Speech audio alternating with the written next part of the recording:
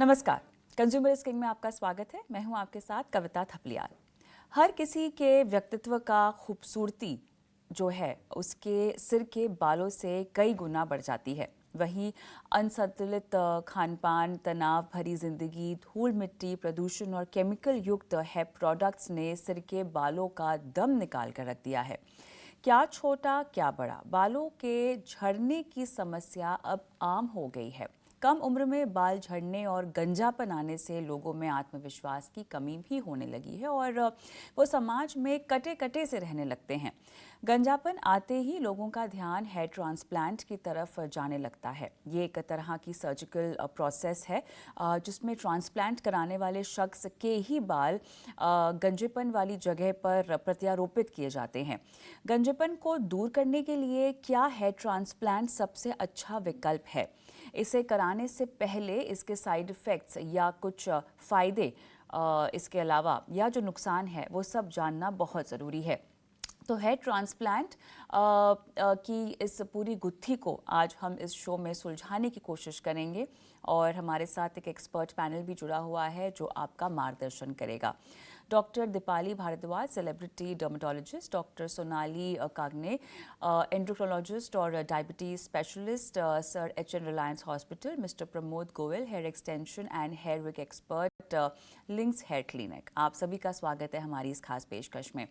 Doctor Deepali, आपके पास आऊँगी सबसे पहले, क्योंकि भले ही बहुत लोगों ने हेयर ट्रांसप्लांट के बारे में पढ़ा हो और लोगों को देखा भी हुआ हो जिन्होंने ये प्रोसेस करवाया हो, लेकिन प्रोसीजरल अगर मैं इसको समझना चाहूँ तो हेयर ट्रांसप्लांट होता क्या है, ज़रा आसान भाषा में, और कैसे होता है आसान भाषा में ज़रा समझाइएगा हमारे दर्शकों को। जरूर। देखिए, हेयर ट्रांसप्लांट एक वो क्रिया है जिसमें गंजेपन को छुपाने के लिए आप ही के बाल पीछे यहाँ से निकाले जाते हैं, जिसे हम डोनर एरिया कहते हैं, और जहाँ बाल नहीं है वहाँ ट्रांसप्लांट किए जाते हैं।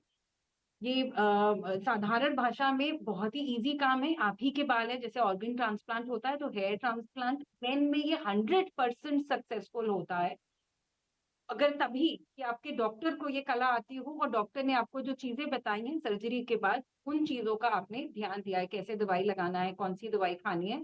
तो ये लिटरली मैं हर अपने मेल मरीज से मजाक में कहती हूँ, ये लिटरली लाइक प्रेगनेंसी है। पहले 8 से 9 महीने के लिए हेयर ट्रांसप्लांट के लिए हर पेशेंट को, आप दुनिया में कहीं जाके करा ले, नई दिल्ली या न्यूयॉर्क, सेम केयर होती है, और वो केयर रखनी बहुत जरूरी है, वरना आपके बाल झड़ सकते हैं, आने की जगह उल्टे रिजल्ट आ सकते हैं। तो ये एक सर्जिकल प्रोसेस है, इसमें मतलब होता क्या क्या है?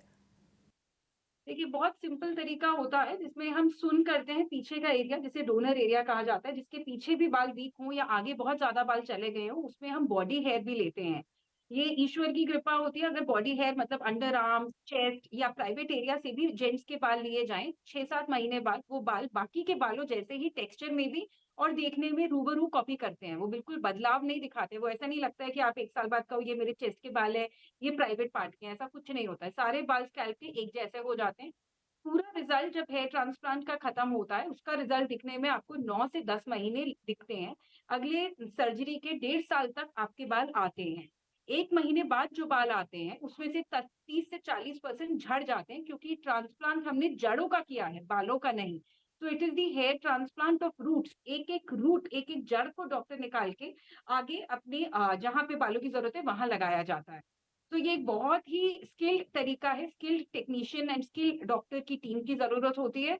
मैंने खुद ये ट्रेनिंग ईरान जाके सीखी है, 3 महीने अपनी लाइफ के मैंने वहाँ पे एक फेलोशिप में जाके हेयर ट्रांसप्लांट सीखा है, और मुझे अब उसको करते हुए 12-13 साल हो चुके हैं। ये बहुत ही ईज़ी तरीका है, बहुत आरामदायक होता है। पेशेंट आराम से पूरी देर अपने फ़ोन में गेम्स खेले, फ़ोन पे बातें करे, बीच में खा पी सकता है, टॉयलेट जा सकता है, सब कुछ कर सकता है। मगर बहरहाल ये सब तभी अगर इसको सेफ्टी और हाइजीनिक से डॉक्टर्स की टीम कर रही हो, जिनको अपना काम आता हो, तब ये बहुत ही सेफ क्रिया है, जिसमें एक-एक बाल निकाला जाए, धोया जाए, फिर एक-एक बाल डाला जाए। जो होल्स हम बनाते हैं बाल डालने के, उसमें भी कविता जी बहुत एंगल की ज़रूरत है, जिसकी बहुत ज़रूरी ट्रेनिंग होती है, कि उसको किस एंगल में बाल डाला जाए। थोड़ा भी टेढ़ा डाला जाता है तो बाल बाहर नहीं निकल के आता, वो वहीं खत्म हो जाता है। और ये एक सिटिंग में ही हो जाता है, मतलब कि आपको बार बार आकर अगर बहुत ज़्यादा शायद कमी हो बालों की सर पे तो एक से ज़्यादा सिटिंग भी लगती है, या ऐसा कुछ है? जी, that's a great question because बहुत बारी काफ़ी बारी मेरे को मरीज़ मिलते हैं जो बहुत कमर्शियल सेंटर्स होके आए होते हैं। एक बारी में दुनिया में आप कहीं भी जाएँ तो 8,000 से 9,000 बाल ही डाले जा सकते हैं। मतलब 3,000 ग्राफ्ट से ज़्यादा बाल ले नहीं सकता। जैसे अब मुझे हमें कितनी भी भूख लग रही हो एक टाइम पे हम एक ही टाइम पे खाना खा सकते हैं। हम 200 लीटर पानी नहीं पी सकते ऊँट की तरह। अगर आपको बाल ज़्यादा की भी ज़रूरत है तो आपको 2 सेशन में करना पड़ेगा। और सबसे बड़ी बात काफ़ी बारी होता है कि हम ग्राफ्ट का ट्रांसप्लांट करते हैं, बालों का नहीं। ग्राफ्ट का ट्रांसप्लांट का मतलब होता है उसमें 2 भी बाल हो सकते हैं या 3 भी। तो वो भी डिपेंड करता है कि डॉक्टर आपका ग्राफ्ट वाइज़ आपको समझा रहा है या हेयर वाइज़, तो आप उसको ठीक से समझिए। मगर एक बारी में 8,000 8,500 से ज़्यादा बाल आपके नहीं सर्वाइव करेंगे, ये मेरा मानना है 13 साल के एक्सपीरियंस में। और रोबोटिक वाले से ज़्यादा अच्छा मेन जो डॉक्टर ड्रिवन होता है, उसके रिज़ल्ट ज़्यादा अच्छे होते हैं, ये मैंने खुद नोट किया है। रोबोट्स में भी हम 8,000 या 9,000 ही सेट कर सकते हैं। एक टाइम पे उतना ही बाल ले पाता है स्कैल्प क्योंकि वरना फिर वो बाल निकलने पॉपिंग पॉपिंग शुरू हो जाती है। तो 1 सेशन और उसके बाद दूसरा सेशन 2 से 3 दिन बाद किया जा सकता है। और क्या कॉस्ट होती होगी इसकी मिनिमम टू मैक्सिमम? मैक्सिमम तो कोई लिमिट ही नहीं है ना कविता जी, मगर yes on the but I feel कि एक बाल का रेट जनरली 20 से 22 रुपए चलता है मार्केट में। 20 से 30 is an average rate, so somewhere in between. अच्छा, महिलाएं ज्यादा कराती हैं या पुरुष आपके अनुभव में? पुरुष।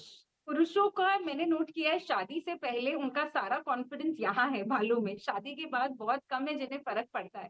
लेडीज़ को तो ऑफ कोर्स लाइफ लॉन्ग ही पड़ता है। इंटरेस्टिंगली लेडीज़ में हेयर ट्रांसप्लांट इतना सक्सेसफुल नहीं है जितना पुरुषों में है। इसलिए लेडीज़ के लिए हमें भिन्न-भिन्न तरह के ट्रीटमेंट्स करने पड़ते हैं जब उनका हेयर फॉल होता है। उसका एक बहुत सिंपल रीज़न है कि मेन के जो बाल हैं, जैसे आपने अनुपम खेर को देखा है कि अनुपम खेर जी के यहाँ के बाल वो जीवन भर रहेंगे। वो जो पीछे वाले बाल हैं, वो डोनर एरिया होता है, उसमें मेल टेस्टोस्टेरोन रिसेप्टर्स लगे होते हैं। तो उन बालों को निकाल के कोई डॉक्टर अगर डालता है, तो उसकी हम गारंटी 25-30 साल की ले सकते हैं। और कहीं और के बाल की गारंटी 2 साल, 5 साल या 10 साल, वो पेशेंट टू पेशेंट डिपेंड करेगी। जी। ऑलराइट। डॉक्टर सोनाली, अब प्रोसेस, क्योंकि दर्शकों को बताना बहुत इंपॉर्टेंट था कि ये प्रोसेस क्या है, इसीलिए बहुत सारे सवाल डॉक्टर दीपाली से समझने थे, क्योंकि लोगों को समझ में नहीं आता कि हेयर ट्रांसप्लांट होता क्या है। लोगों को लगता है कि अरे बहुत लंबी सर्जरी होती होगी, लेकिन अब ये बताएं, क्योंकि हम साइड इफ़ेक्ट्स के पहलू पर अब आना शुरू करते हैं। बाल तो मेरे ख्याल से ये तो साबित हो ही चुका है कि हर एज के लोगों के आजकल जा रहे हैं, क्या छोटे बच्चे या बड़े। ठीक है, अब किस तरह के लोगों को हेयर ट्रांसप्लांट का ट्रीटमेंट नहीं लेना चाहिए आपके मुताबिक, ज़रा ये बताइए।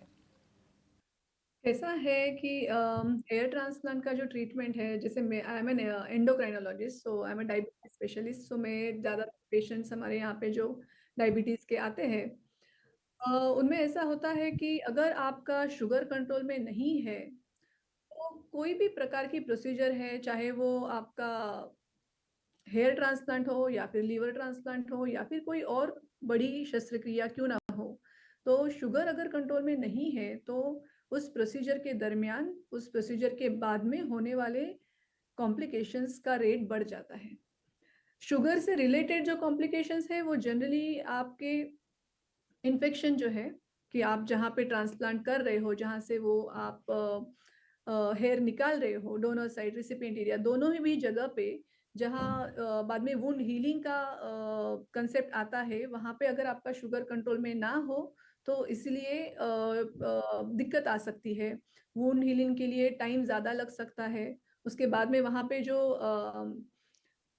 इन्फेक्शन जो है वो होने के चांसेस ज़्यादा बढ़ जाते हैं। और जैसे डॉक्टर दीपाली जी ने कहा कि जो एक्सपर्ट टीम है, उनकी सलाह से जो भी इंस्ट्रक्शंस दी गई है, वो फॉर दैट जितने पीरियड के लिए वो सारे इंस्ट्रक्शंस फॉलो करनी चाहिए, वो अगर एग्जैक्टली आप नहीं करते हो, तो जो भी कॉम्प्लिकेशंस होने के चांसेस है वो ज़्यादा बढ़ जाते हैं।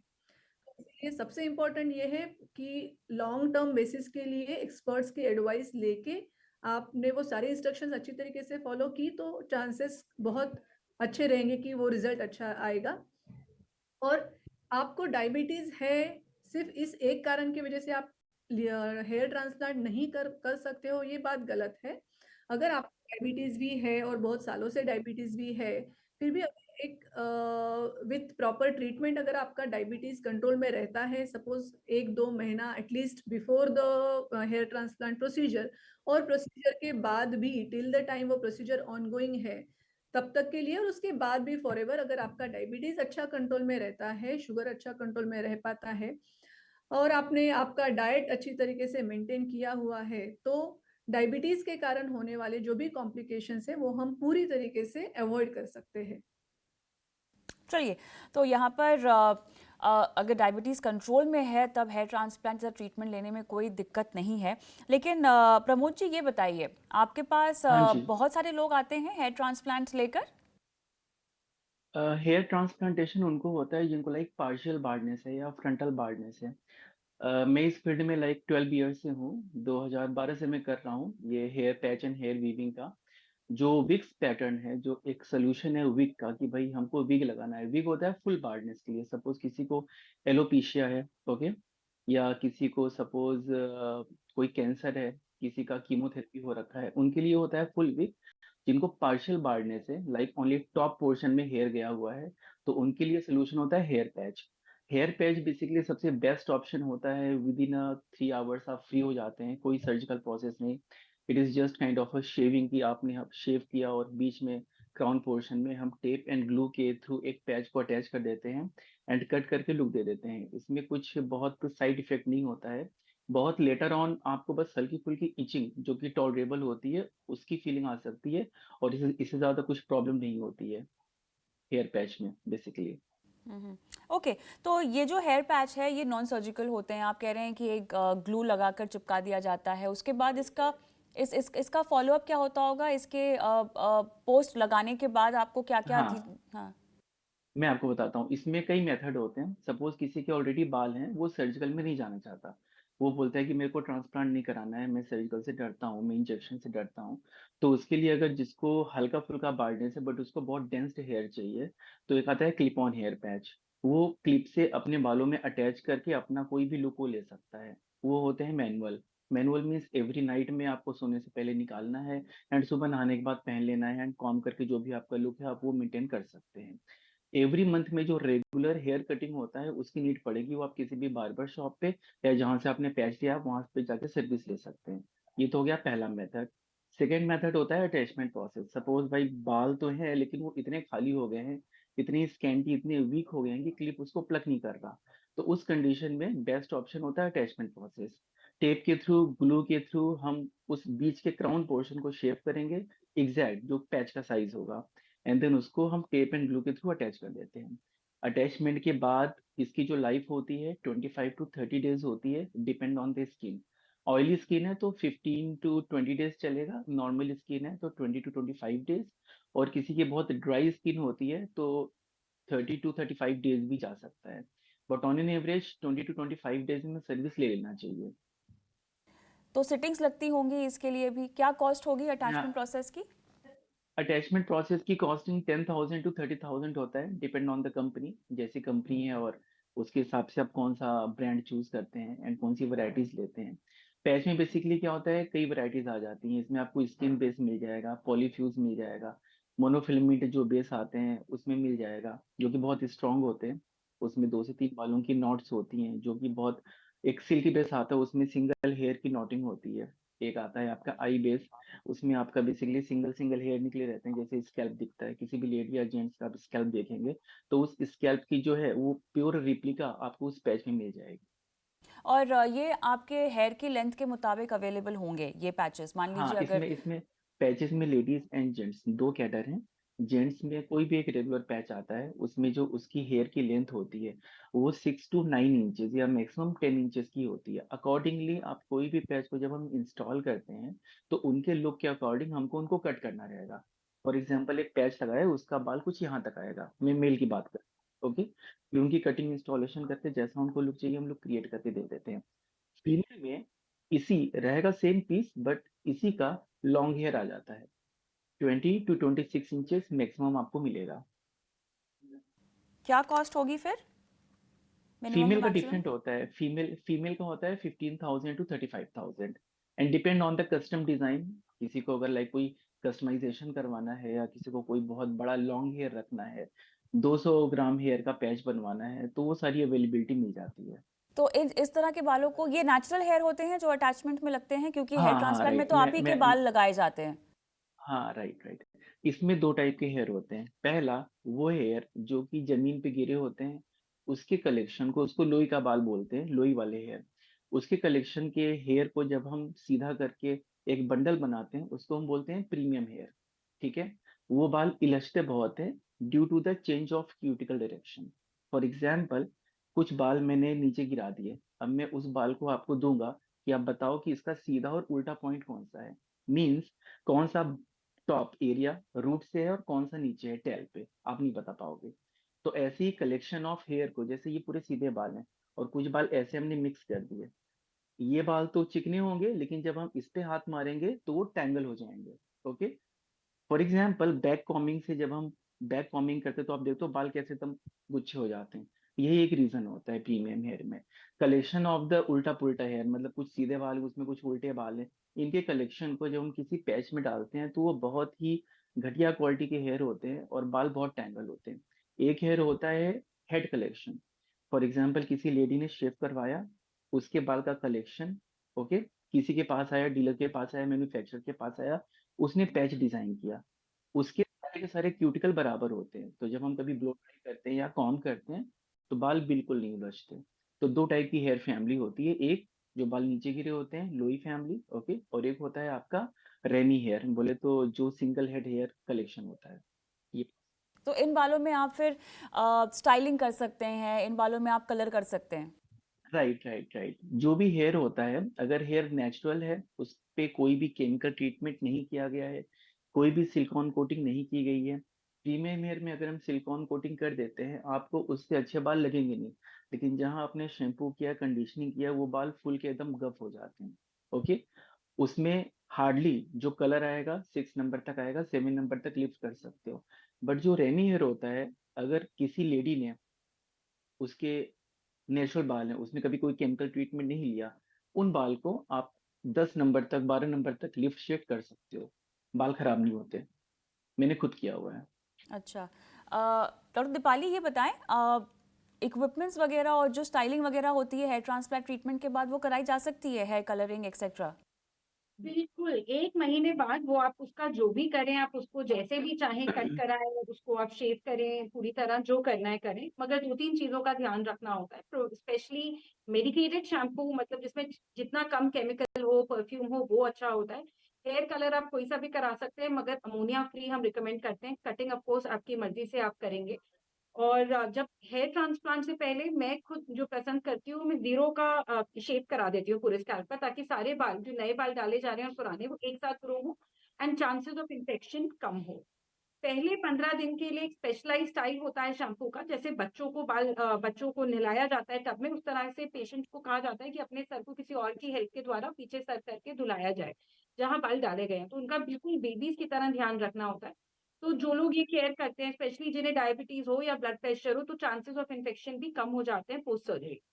और बहुत ज़्यादा ज़रूरी चीज़ है कविता जी, कि ये आज की डेट में अनफॉर्च्युनेटली हमारे देश में आज, अब तो बहुत तारीफ़ वाली बात है कि इस सरकार ने बहुत कदम उठाए हैं कि इकलौता हमारा देश है जिसमें 3 हेयर ट्रांसप्लांट डेथ पिछले 5 साल में ऑब्जर्व हुई हैं, डॉक्यूमेंट हुई हैं। It is the only country, India. तो उसके अंदर हमारी सरकार ने अब कुछ रूल्स लाए गए हैं, जिसमें सिर्फ़ और सिर्फ़ डर्मेटोलॉजिस्ट और प्लास्टिक सर्जन 2 ही बॉडीज़ हैं, 2 ही स्पेशलाइज़्ड सर्जन्स हैं।